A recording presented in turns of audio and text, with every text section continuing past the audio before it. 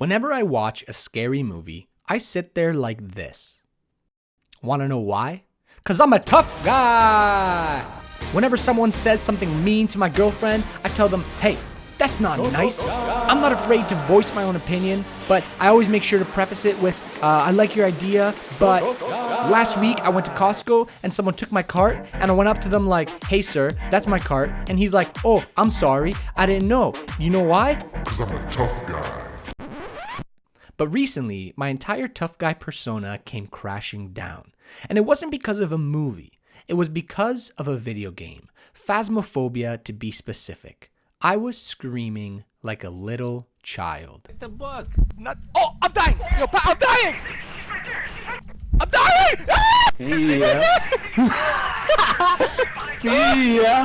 I ain't afraid of you!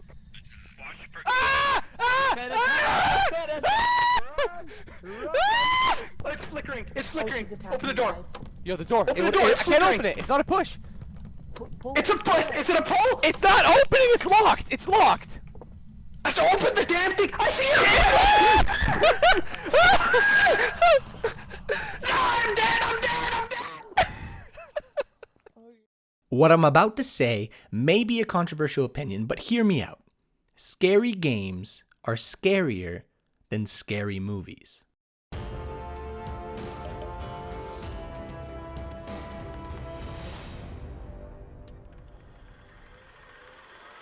I'm no aficionado, but I've played a few scary games in my time.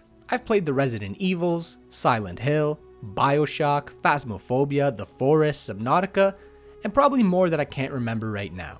And even though I end up laughing after getting really scared, all of these games have managed to do what no horror movie could. They made me jump. They made me scared to go downstairs to make sure all the doors were locked. After playing Phasmophobia for the first time, I went downstairs and I heard a creak and I was all like, Deborah?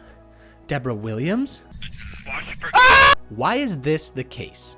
How can a game that is super janky, in early access, littered with bugs, with walking speed slower than a boulder from Death Valley, make me so scared and literally scream?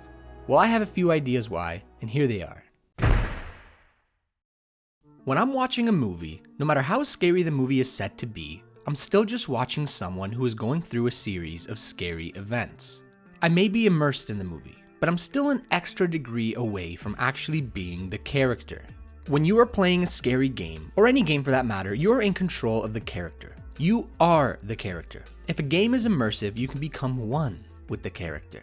That level of immersion and control is something that no movie can have.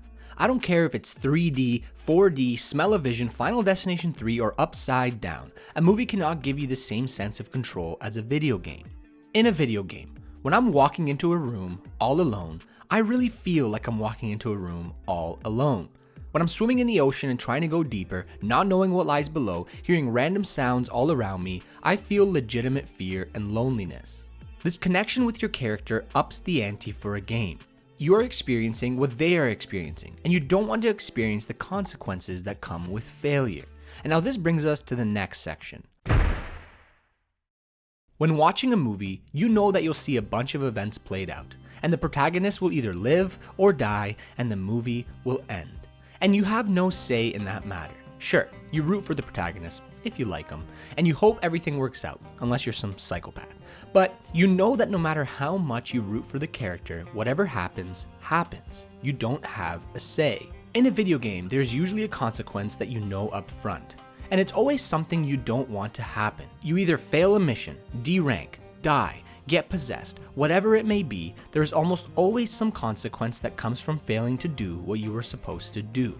You are in control of your own destiny, and just like in real life, you don't want to fail. That sense of failure amplifies the fear you may feel when playing games. You don't even have to be playing a scary game to feel fear or be stressed. When I'm sitting there in Rainbow Six Siege, waiting for the attackers to enter the objective room, I'm tense. My hands are crushing my mouse. I don't want to fail my team. I don't want to die in the game. I want to win. When I'm about to enter a ranked game of Valorant, my heart is pounding. I'm nervous, my breathing gets heavy, my palms get sweaty, mommy's spaghetti. And these aren't even scary games, but they are stressful. Now combine that with the horror theme and a great ambiance and you get something like this.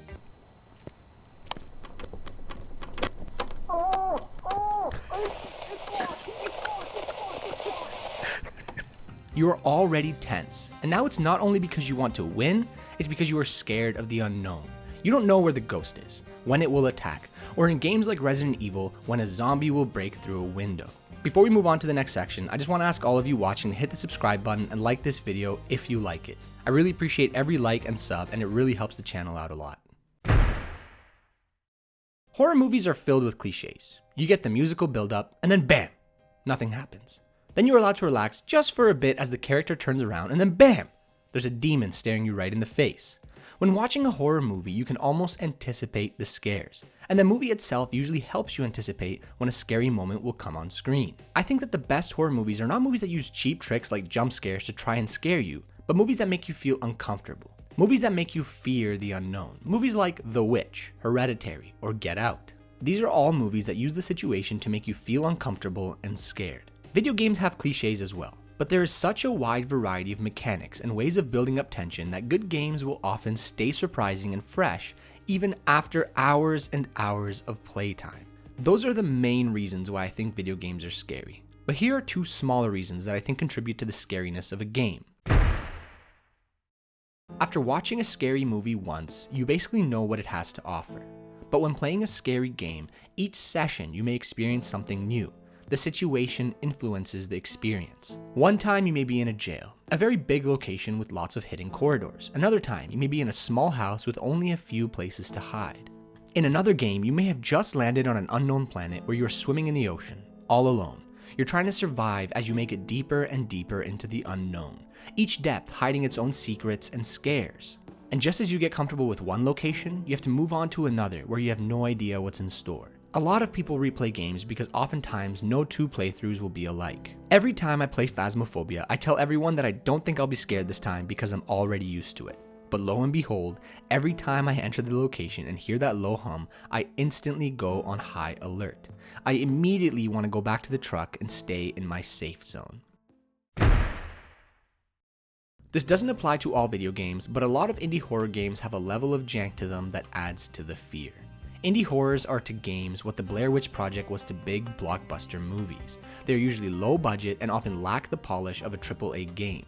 But this is what makes a lot of indie games special. They have to get creative.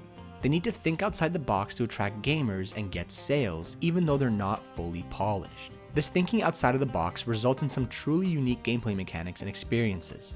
I'm not saying that big budget games don't do this. What I'm saying is that these indie games live or die by how unique, fun, and sometimes scary they are.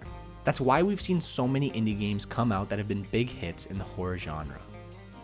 Anyways, thanks for watching. I hope you enjoyed this video. It's a little bit different than my other videos because it's not fully movie related, but it was still a fun topic to dive into. Let me know in the comments if you liked it and if you'd like to see more game related videos in the future. Don't forget to like and subscribe, and until next time, have a good one.